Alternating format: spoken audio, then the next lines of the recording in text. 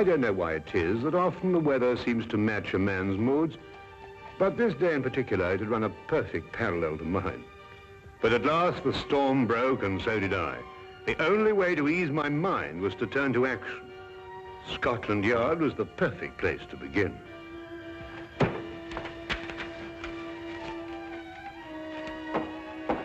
Inspector Lestrade, Wilkins, I must see him right away. I'm very sorry, Doctor. Inspector Lestrade's very busy. Will you tell him I'm here? I must see him. I'm very sorry, Doctor, but when Inspector Lestrade's in conference... Oh! You know, Dr. Watson. Ah, Dr. Watson, I'm very pleased to see you. Just having a cup of tea. Lestrade, something's happened to Holmes. He's disappeared. He's vanished. I haven't seen him for 2 days. Well, calm yourself, Dr. Watson. Calm yourself. Tell you he's disappeared. He may have been kidnapped for all I know. Oh, kidnapped, eh? Or worse. Now, look here, Dr. Watson. Just because you haven't seen him for a couple of days doesn't necessarily mean to say that he's been No, kidnapped. right. Well, if you want any proof, you can have it. There's no time. Dr. Come with me. It is positively infuriating to know that something is wrong and to find a man whom you can't convince. I don't mind saying that there are times when I find myself hard put to keep my patience with Inspector Lestrade. What more evidence do you need? What man going under his own volition would leave his razor behind? Oh, he probably has another one. No, he hasn't. Come on, I'll show you something else. Look, his violin out of its case. Well, what's that got to do with it? But he'd never leave his violin like that if he thought he'd be gone long. Treats it like a baby. And these concert tickets, we meant to have gone last night. Look here, Lestrade, I've been a friend of Holmes's too long not to realize the brutal truth behind all this. Well, the evidence certainly does seem to point us... Now look, we've got to track him down as he tracked down somebody else. You mean use his own methods of deduction? Exactly. Now, the odds are that he's disappeared on some case. So the best thing we can do is to go through his correspondence and see who might have employed him. Oh, look at this. Bills, advertisements, bills. It'd have to be at the end of everything, wouldn't it? Now, what have we here? Chap wants Holmes to investigate his neighbor. He says a lot of people go into the house and nobody ever comes out. What do you make of that? Well, Now, look, you see that's a left-handed writer, and by the feel of the paper, I'd say he was in pretty good circumstances. Yes, well... Well, attention to details. That's the secret of Holmes' success. You see, we already know something about the writer before we meet him. Yes, there's only one thing, though. Sherlock Holmes' disappearance had nothing to do with him. Oh, why? This letter's dated 2 years ago. What? Yes, so it is. Well, where else would he keep his correspondence? Oh, anywhere on the chandelier, if it wasn't too much effort to get up there. Well, let's have a look around. Well, going through Holmes' things would take a month. No, we'd best get another approach. Well, have you any ideas? Wait.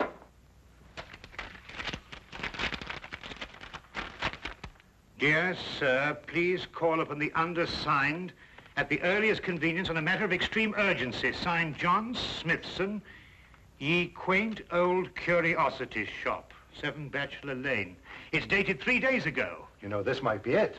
You're right. It is. Come on, Lestrade. Holmes' life may depend on our speed.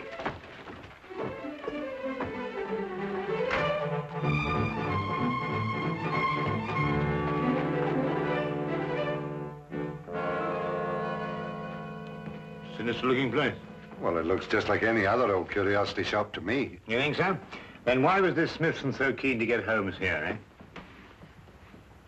eh? Yes, interesting. What do you mean all this stuff in the window? I mean the stuff that isn't in the window. Look, I don't understand you, Dr. Watson. What do you mean? Well, it's perfectly obvious, isn't it? No. Oh, isn't it? Well, we won't get anywhere standing here. Come on. Wait a minute, Dr. Watson. I still don't know what you mean by all this stuff that isn't in the window. Come along, Lestrade.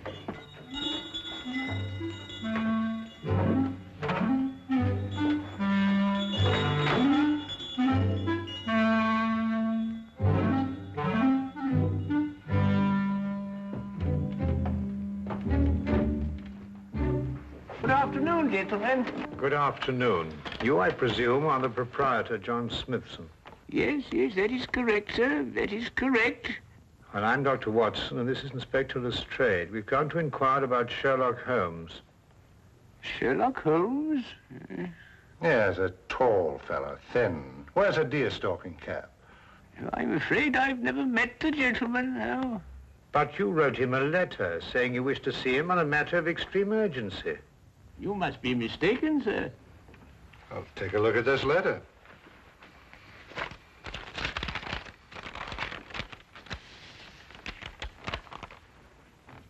Is that your handwriting? Oh, it isn't anything like my handwriting. Here, I'll show you what my handwriting is like.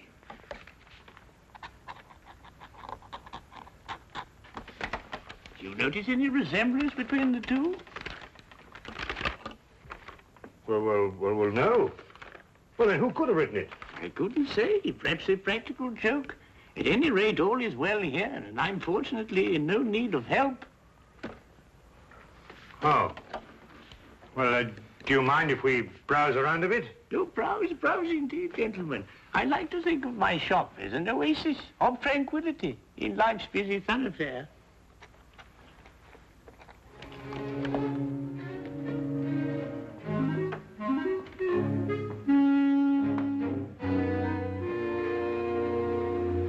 What are you doing?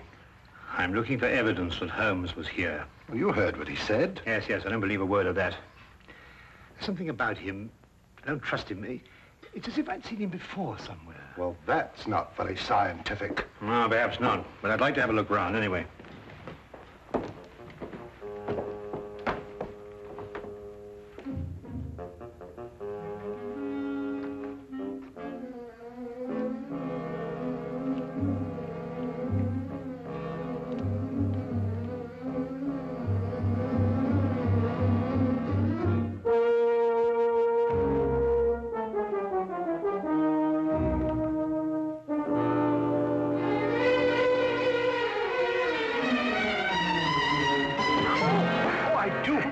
Pardon. Quite all right. Oh, how clumsy of me. No, not at all. Now, It was Mrs. all my fault. I wasn't looking where I was going. Of course. Thank please. you. Not at all. Excuse me. Oh, charming. Charming. Yes, all right, to business.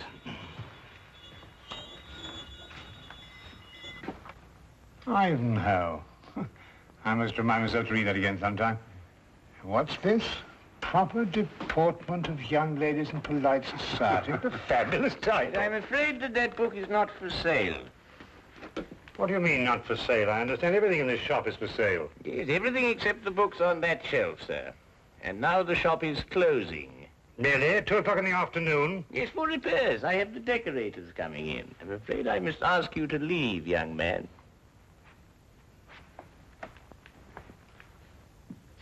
Cunning old rascal. Do you see how he tried to get rid of us, Lestrade? Oh, perhaps he has got some repairs to be done. Ah, nonsense.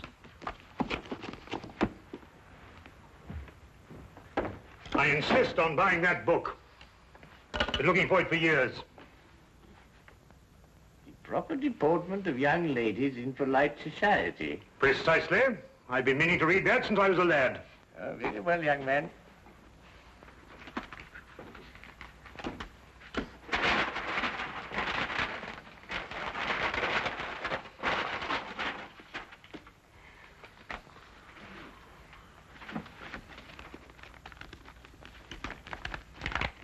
$1 please. Thank you. Thank you. Go on, Lestrade.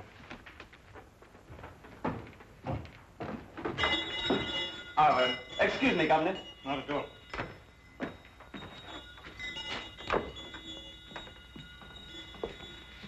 There's something about that Smithson I don't like. Look, this isn't the book I bought. It's much smaller. Safari through darkest Africa. Why, the chap's nothing but a crook. Oh, this is much more interesting than that other one. Look here. You and I are going straight on back in. Now listen. While I keep him in conversation, you scout around a bit. Well, he'll suspect we're up to something. No, of course he won't. Holmes and I did this in that red-headed league affair. Worked perfectly. Come on.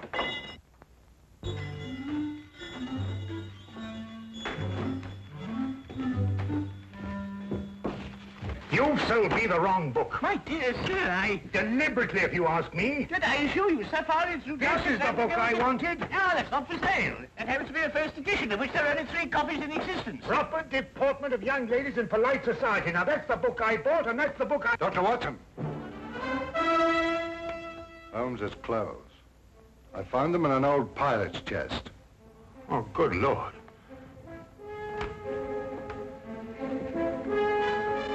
With bloodstains.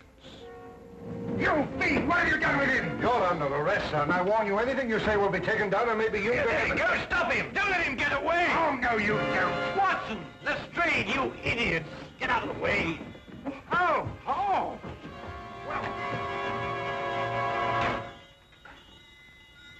He's gone with the message. Who's gone with what message? An escaped convict with the message that woman left for him in the book. And it won't be easy to find him now that you two gentlemen have completely ruined my beautifully laid little trap. Naturally, I left my razor at home. I hardly needed it here, did I? The bloodstains, Holmes. Red ink, Lestrade. I've been helping old Smithson make up his ledgers. And this escaped convict, who is he? John Carson. I expect you've had a report on him. Carson? Why, he got a life sentence for killing a man with a cleaver. That's him. He was using this shop as a message center, planting and picking up messages here from that book that you were so intent on buying. Oh, yeah. Proper deportment for young ladies in polite society. Smithson recognized him when he first came in. It seems that Carson was once employed here, but the old gentleman was afraid to go to the police. Why? Because Carson threatened to kill him if he did, so he sent for me instead. Hence my little disguise. You were waiting to nab Carson when he came in here for a message. Exactly. Oh, and we ruined it all. Oh, that's all right, Watson. The best laid plans of mice and men, you know. However, if we can trace the girl, then I... That'll be as hard as tracing Carson himself. Oh, I don't think it'd be all that difficult. It seems the good doctor has something up his sleeve. Only the name and address where the girl works. Well, how the deuce do you know that? Well, when I knocked her handbag out of her hand, I found a piece of paper, and on it was her hours of work and salary due to her. With the letterhead of the shop on the paper? Well done, Watson. Oh, nothing really. Pierre's dress shop, 17 Cottington Street. You know, I'd say that girl had the look of a mannequin about her. Don't you agree? Well, you know, Watson, I'm almost afraid not to.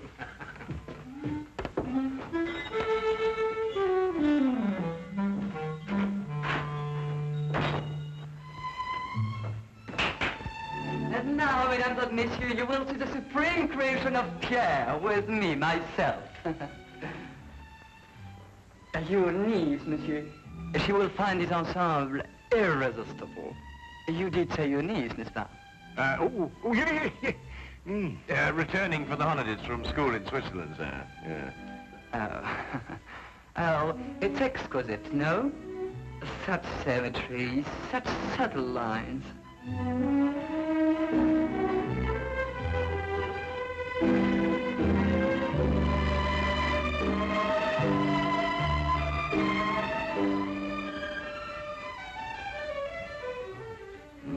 That's the girl we're looking for. Observe how it hints, but with such discretion. Oh, la jeunesse, la youth. I say it's a bit daring, isn't it? But it's daring age, monsieur, and now the 20th century.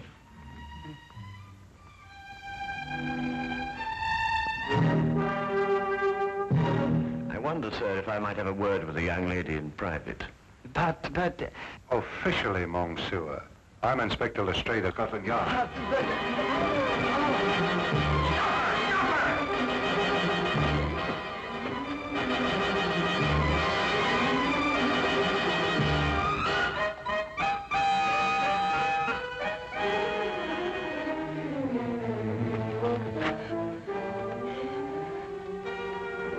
It really isn't any use, you know, even if you ran away.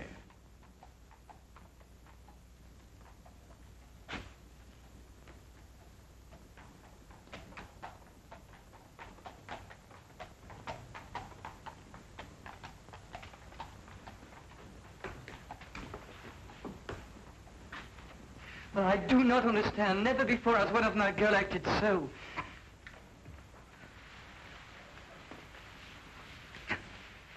Would you mind telling me where he's hiding now, miss? I don't know. I swear I don't. And yet you left a message for him. A gentleman friend gave me the message and told me to leave it in the book. Probably a pal of Carson's, if she's telling the truth. What was in the message? There was just a name and an address. I see. And what was the name? Jeremiah Westlake. I forget the address. Jeremiah Westlake. There was once a judge called Jeremiah Westlake. He retired several years ago. Yes, and I think we'll discover that Jeremiah Westlake was the judge who gave Carson his life sentence. And now Carson is looking for him. And now Carson is looking for him.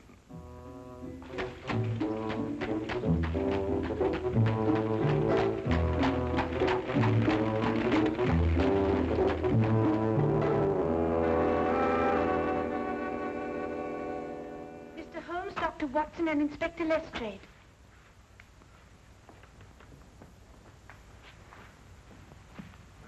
Who's she talking to? Well, what do you want? Court's now in session. State your case. Speak up, Mr. Holmes. Or has the cat got your tongue? Judge Westlake, I presume? Former Judge Westlake? Did Sherlock Holmes ever hear of him, Millamel? No. You're confusing him with the other Sherlock Holmes, the famous pastry chef. Oh, I never eat pastry. Disagrees with me. Of course, there's still another Sherlock Holmes, a third one, the famous detective. Oh, that one. Well, young man, say your piece. Court adjourns in exactly 1 minute. 10 years ago, you sentenced a man called John Carson to a term of life imprisonment for murder. Carson? G'day, Millamel. That'd be the Butcher Cleaver case. Murdered a man with it. Oh, yes. Unpleasant chap, Carson, if I remember correctly. Well, Mr. Holmes? When you sentenced him, he swore to kill you. Did he? Well, what of it? They all do. Routine. Well, he's just escaped from prison and has learned your address. Nonsense. Bluff. Sheer bluff. Eh, Millamel? They all bluff, young man. I wouldn't sleep a wink if I believed everything they swore to do to the judge. Sleep like tops, the two of us. In bed at 10 and up at 6. This man represents a very real threat, sir. That's all. Court adjourned. Sine die. And that, gentlemen, means postponed indefinitely.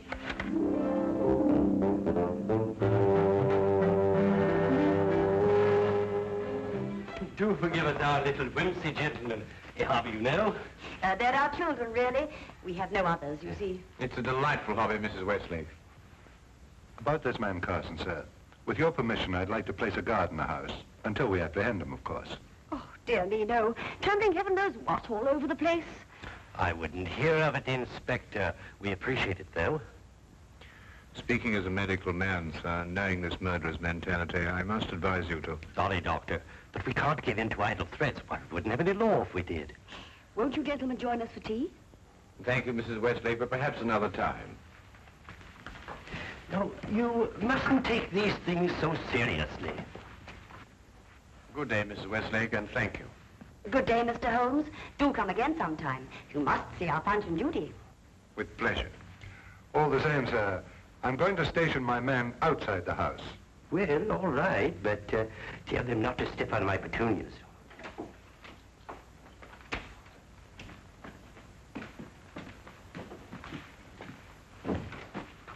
He says he's got a message for the judge, sir.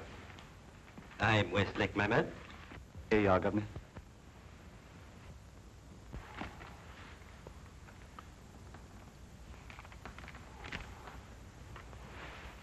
Dear Judge, I'm one of your old court attendants. I'm on me deathbed and I've got to make out me will for me little granddaughter. Will you come and help me and oblige? John Casket, 67 Clifton Road. Ever have a court attendant called John Casket, sir? Well, it's hard to say. I've had so many court attendants. Who gave you this note? Bloke on the street, sir. But he said to tell the judge he was in bed dying. What do you look like? How about bizarre, sir? Thin face, seedy looking, if you know what I mean. That's Carson, all right. What's she pay you? A couple of bob, sir. Oh, there you are, sir. Just the sort of thing to send you off on an errand of mercy to your death. Dear me, I never cease to marvel at the duplicity of human nature. Can I get the 2 bob, sir? Oh, yes, yes. Oh, thank you, kindly, come. Well, Holmes, we've got him. 67 Clifton Road. Yes, Wilkins. Yes, sir. Get the men together. We're going to Clifton Road. Not so fast, Lestrade. This might be a ruse. Of course it's a ruse. Of another kind. To get you to abandon the police cordon round the house. Oh, I see what you mean. Oh, well, if that's his idea, he's in for a surprise. I'm going to keep the cordon here. Good idea, Lestrade. Now, don't you worry, sir. Why, I'm not the least bit alarmed, sir. I'm going to have my tea.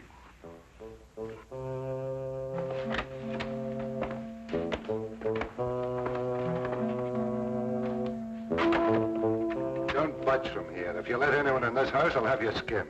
Yes, sir. Come on.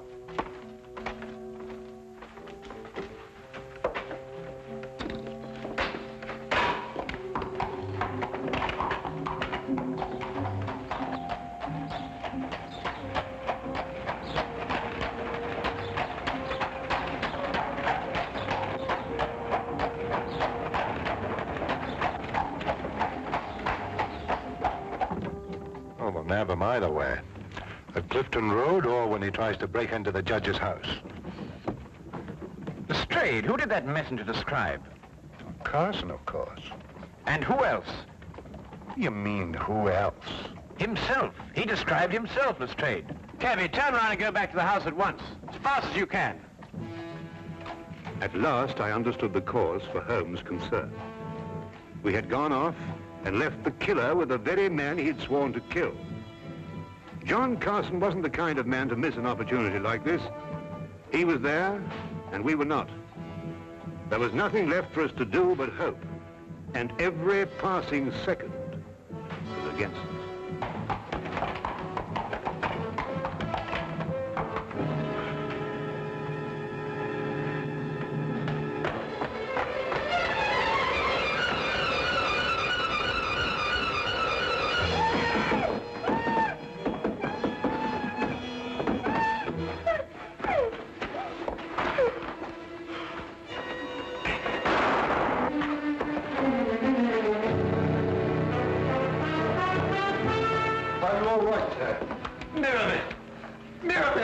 She's coming around, sir.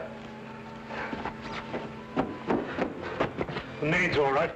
Mrs. Westlake. No, not too serious. Only suffering from shock. It's all right, dear. It's all over now. Jeremiah. Jeremiah, are you all right? Yes, dear. Oh, that terrible man. Oh, dear. Our poor children. I don't think they're damaged, dear. Sometimes I forget they're not real.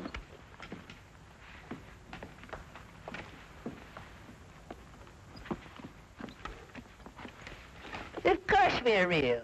We're as real as any children. You were right about John Carson, Mr. Holmes. You were very right. How you ruined my life. Not at all, sir. Not at all. Yes, but I must do something to repay you. I'll teach you to be a puppeteer. A puppeteer? Yes, you'll love it. Greatest relaxation in the world. Teaches you to forget men like John Carson. Now, here. You hold the thing like this. Mm-hmm. And with this string, you move a hand. And with this, you move the feet. You pitch your voice up a little.